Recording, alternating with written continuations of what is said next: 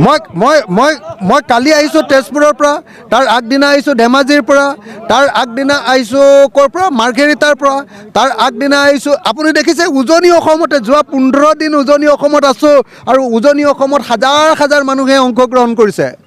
আমাৰ কাৰণে হিন্দু মুছলমান নাই, আমি সকলো ঠাইলৈকে যাওঁ, মুছলমান এলেকালৈও যাওঁ, হিন্দু এলেকালৈ যাওঁ।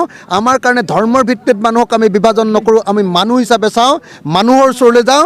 বদৰুদ্দিন আজমলে হিন্দু মুছলমান চাই, কি কয় আপোনাৰ হিমন্ত বিশ্ব শৰ্মাই হিন্দু মুছলমান চাই, সেইকাৰণে তেওঁলোকৰ চশমাযোৰ মানে হিন্দু মুছলমানৰ চশমাৰ কাৰণে যে অখিল গগৈক অকল মুছলমান অঞ্চললৈ যোৱা দেখে, হিন্দু অঞ্চললৈ যোৱা নেদেখে। আমি সকলো হিন্দু মুছলমান সকলো অঞ্চললৈ যাওঁ আৰু 2026 চনত হিন্দুৰ চৰ্দাৰ আৰু মুছলমান চৰ্দাৰ দুইজনকে হৰুৱাম।